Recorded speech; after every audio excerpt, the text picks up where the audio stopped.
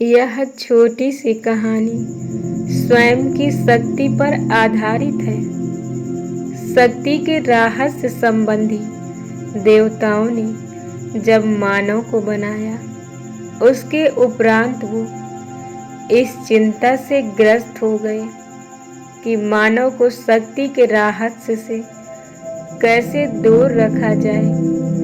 क्या किया जा सकता है जिससे शक्ति का रहस्य मानव के हाथ न लग पाए। शक्ति का यह रहस्य छिपाने के लिए उचित स्थान निश्चित करने के लिए देवताओं ने सभा आमंत्रित की। सभा में एक देवता ने कहा, यह रहस्य हम पृथ्वी के सबसे ऊंचे पर्वत पर छिपा देंगे। दूसरे देवता ने यह सुनकर कहा, नहीं, पर्वत पर नहीं, मानव आज नहीं तो कल पर्वत के शिखरों पर पहुंचेगा ही।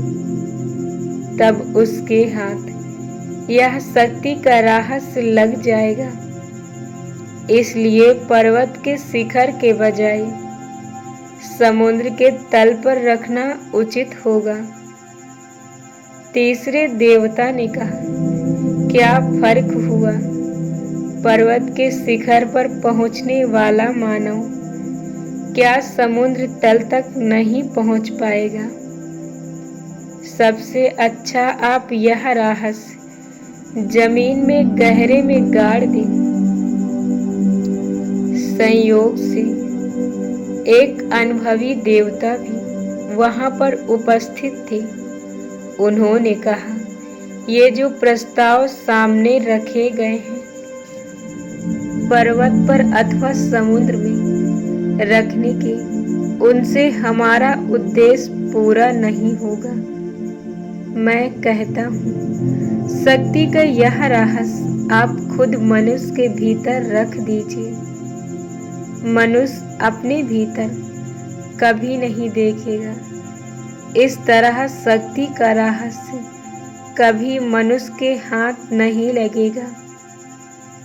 प्रस्ताव पारित हुआ और सभा समाप्त हुई। इस काल्पनिक कथा से सीखने की असली बात यह है कि सफल होने के लिए, अपना लक्ष्य हासिल करने के लिए जो कुछ हमें चाहिए वह हमारे ही अंदर है। इसलिए तो सफलता की गारंटी दी जा सकती है।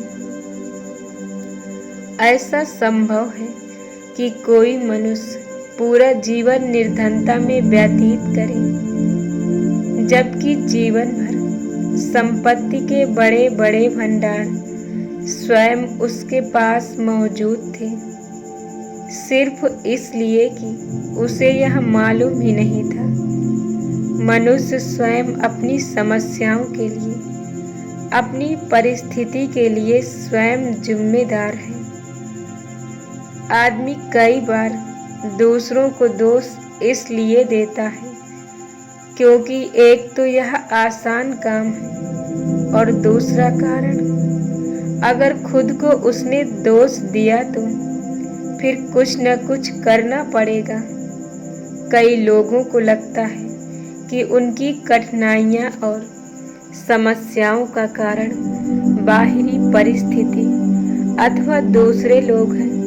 उन्हें यह सुनकर चोट लगती है और गुस्सा भी आता है कि वो स्वयं उनकी परिस्थिति के निर्माता हैं। उन्हें लगता है कि दूसरों को बदलना चाहिए। वैसे भी दुनिया के पास दूसरा काम ही क्या है, लेकिन उपाय इसका उल्टा है। स्वयं को बदलने के अलावा दूसरा विकल्प नहीं है।